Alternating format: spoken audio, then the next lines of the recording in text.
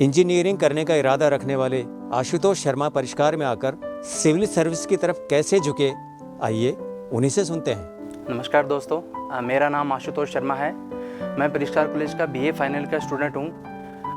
जैसा कि हर बच्चे के मन में रहता है कि वो 12th के बाद क्या करेगा। 12th के बाद हर बच्चे के मन में एक संशय रहता है कि यार मैं क्या करना चाहूँगा, और ये संशय या ये थोड़ी सी ये जो हिचकिचाहट है ये उस समय और बढ़ जाती है जब कोई बच्चा साइंस स्ट्रीम का होता है, वो आर्ट्स में जाता है।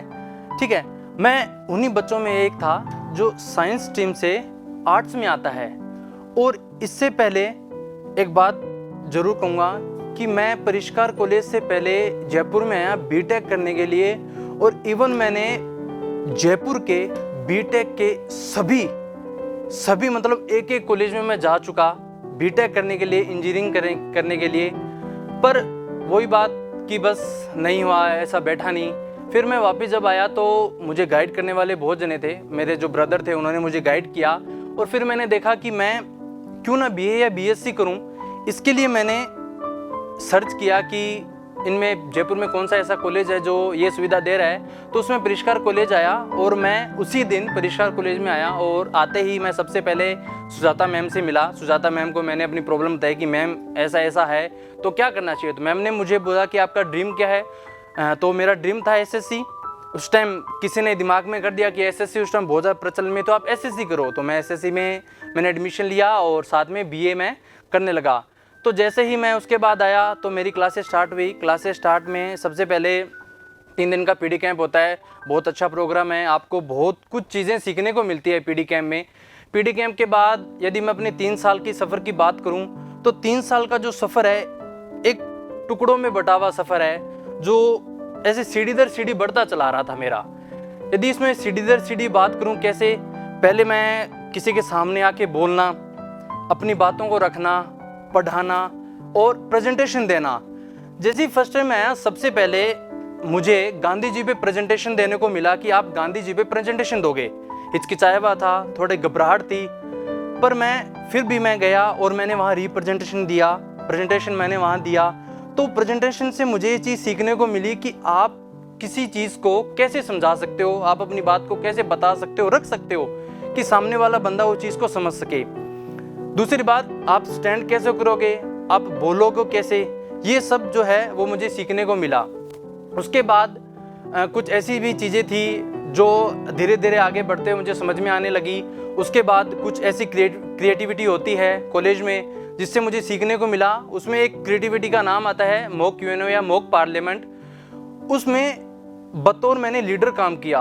हम जानते हैं कि लीडर जो बनता है वो बहुत मुश्किल से बनता है, लेकिन मैंने मॉक यूएनओ और संसद में एज ए लीडर काम किया। तो आप ये समझ सकते हो कि एज ए लीडर जो काम बंदा करता है और संसद में बैठता है, निश्चित रूप से अपने आप में वो बहुत अच्छा कर पाता है। तो एज ए लीडर मुझे काम करने का मौका मिला। इसके अलावा कुछ ऐसी एक्टिविटीज थी जिसमें मैं एज ए अध्यक्ष रहा, उपाध्यक्ष रहा और सचिव बतौर मैंने काम किया। तो इतनी सारी एक्टिविटीज से मैं निश्चित रूप से स्टैंड कर पाया, अच्छी तरीके से बोल पाया, अपनी बातों को समझा पाया। तो ये सब जो एक्टिविटीज़ हैं ये निरंतर मेरे साथ होती रही और मैं लगातार 3 साल इस चीज़ को सीखता रहा। और 3 साल सीखने के साथ निश्चित रूप से मैं ये जान पाया कि मेरा ड्रीम क्या है, मुझे बनना क्या है। जो ड्रीम लेके मैं एसएससी में आया, उस ड्रीम को चेंज करके मेरा ड्रीम यूपीएससी बन गया। इसका मतलब 3 साल मुझे बहुत सी चीज़ें सीखने को मिली। मैं जाना चीज़ों को कि किन चीज़ों को कैसे किया जाता है, और मैं एज ए यूपीएससी एस्पिरेंट जो है वो मेरा मन किया कि मैं करूँगा।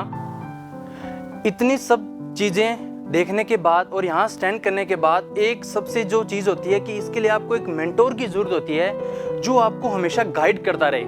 और कॉलेज में आने के बाद निश्चित रूप से मुझे बहुत सारे ऐसे गाइड मिले करने को, जिसमें सबसे पहले यदि गाइड हैं तो डॉक्टर राघव सर, जिन्होंने मुझे गाइड किया। और इसके अलावा मेरे कॉलेज के बहुत प्यारे ऐसे मोमेंट रहे हैं जिनमें मैंने बहुत मतलब इन्जॉयमेंट किया। उनमें से एक प्रोग्राम था रसरंग, जो 2 सालों से किया, लेकिन तीसरे साल वाकई में मैंने बहुत इन्जॉयमेंट किया रसरंग को।